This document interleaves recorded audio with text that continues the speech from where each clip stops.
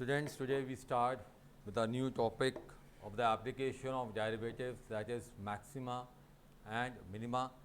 In the previous lecture, I had told that the topic errors and approximations is deleted from your topic, from your syllabus.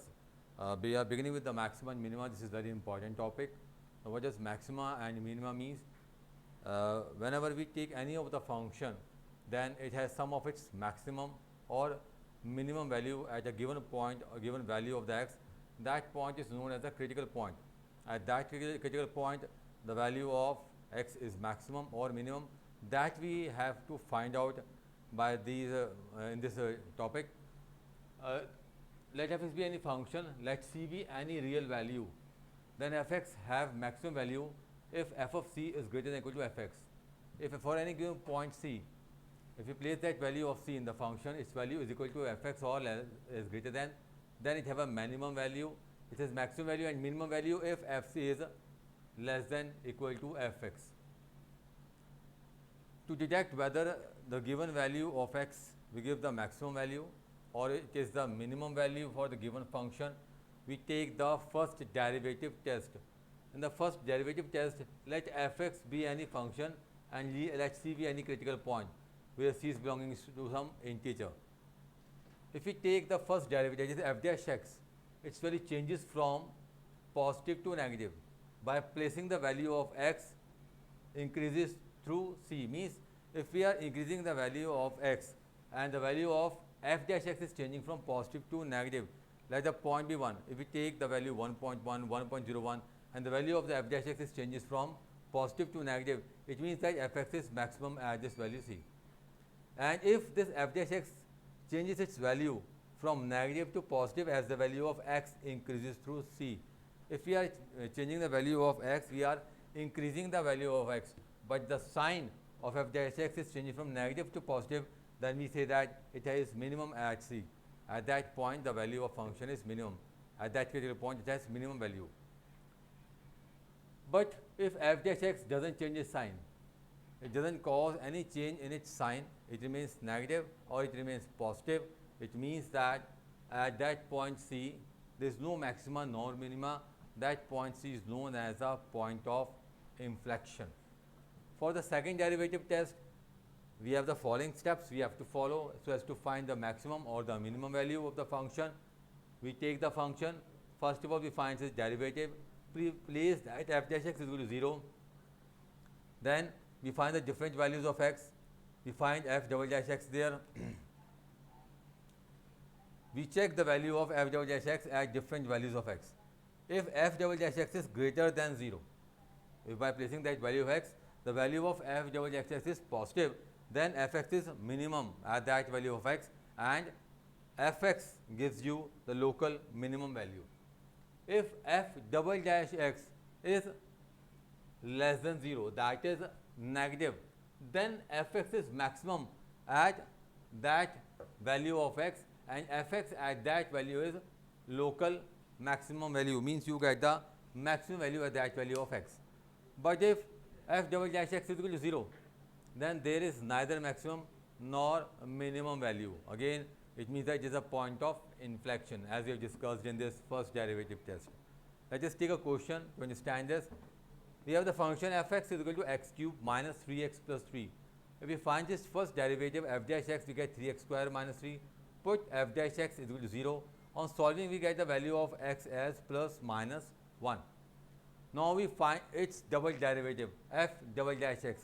It gives you 6x. We place the value of x as 1 in this double derivative.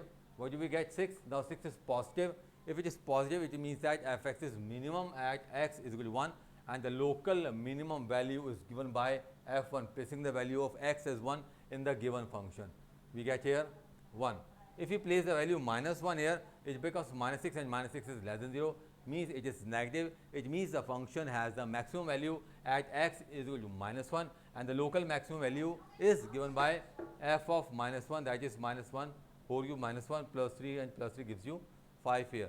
In this way, with the help of the second derivative test, we can find whether at which point the value of function is maximum and at which point the value is minimum.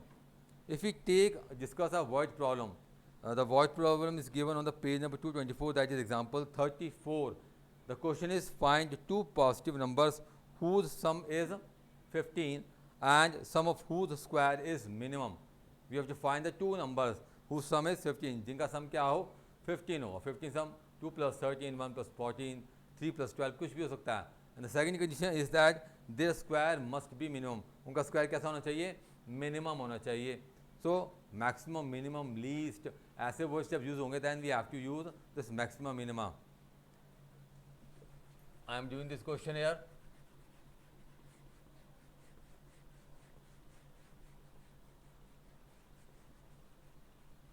Let us take any of the two numbers, say x and y.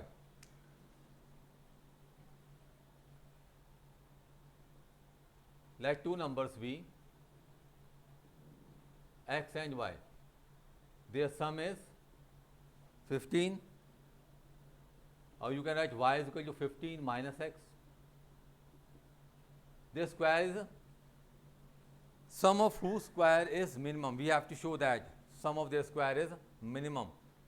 So let us take, let s is representing for say sum, is equal to x square plus y square. We have to show this as minimum. Now s is equal to x square 15 minus x whole square using first. By doing this, we have changed the whole expression or function in the terms of one variable, that is x only. सिर्फ एक variable में हमने इसको change कर लिया, convert कर लिया, and that variable is x here. Now we have to differentiate both sides with respect to x. So ds over dx is given 2x. 2 times of 15 minus x is minus 1. It's 2x plus 30 plus 2x minus 30. It becomes 4x minus 30. Now we take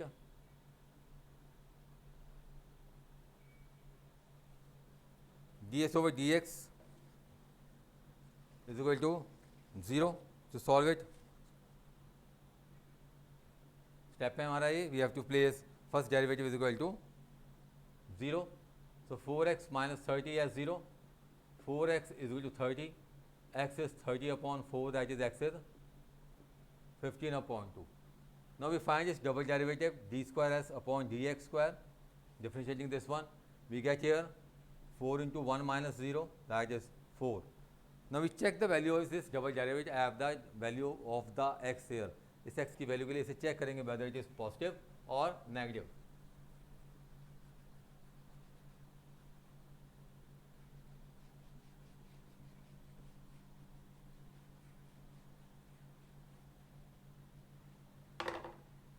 So we write here d square s upon dx square when x is equal to 15 upon 2. It caused no factor because there is no variable x present here. It remains 4. Now 4 is greater than 0. Therefore we say here the given function s is minimum. S is minimum. क्या show करना था? Minimum. S is minimum at x is equal to 15 upon 2. Therefore one number is 15 upon 2, that is x, and the second number is 15 minus 15 upon 2 is again 15 upon 2. Therefore two numbers are 15 upon 2 and 15 upon 2. ठीक है? You have to do the questions related with this question in the exercise number 6.5. सिर्फ ये 2 या 3 question भी आप try करें. That is the question number 13, 14 and 15. And in the beginning you can do the question number 1 and question number 2. Question number 1, question number 2, question number 13, 14, 15 ये आप try कीजिए. Topic को हम कंटिन्यू करेंगे. We will continue it in another lecture. Till then, thank you.